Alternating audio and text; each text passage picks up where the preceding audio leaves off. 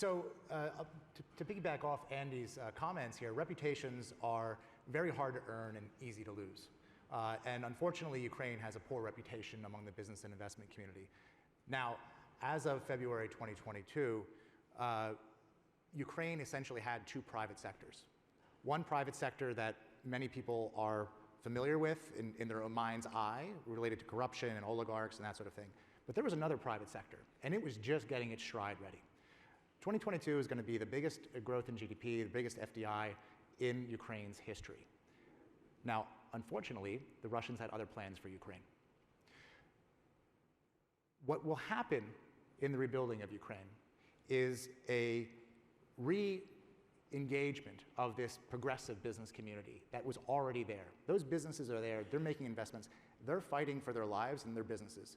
Their assets aren't off in some tax shell somewhere. They're there on the ground, and they're fighting alongside their countrymen and women to fight for their lives and fight for their businesses and the investments that they've made over the past generation of a free and independent Ukraine.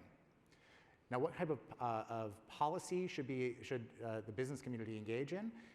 To my mind, the investments in judicial reform and regulatory policy are all needed and valid, but that takes a long time to pay off.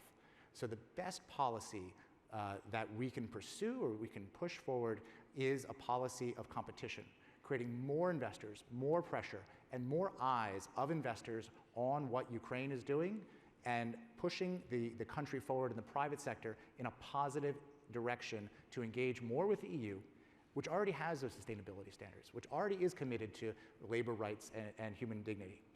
And that is the kind of community that the business community can be in Ukraine to drive those changes forward. There's a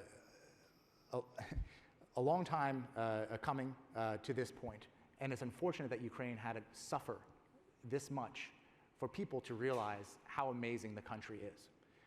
In terms of human capital, in terms of innovation, Ukraine will be there, and it will go from a laggard to a leader in the EU.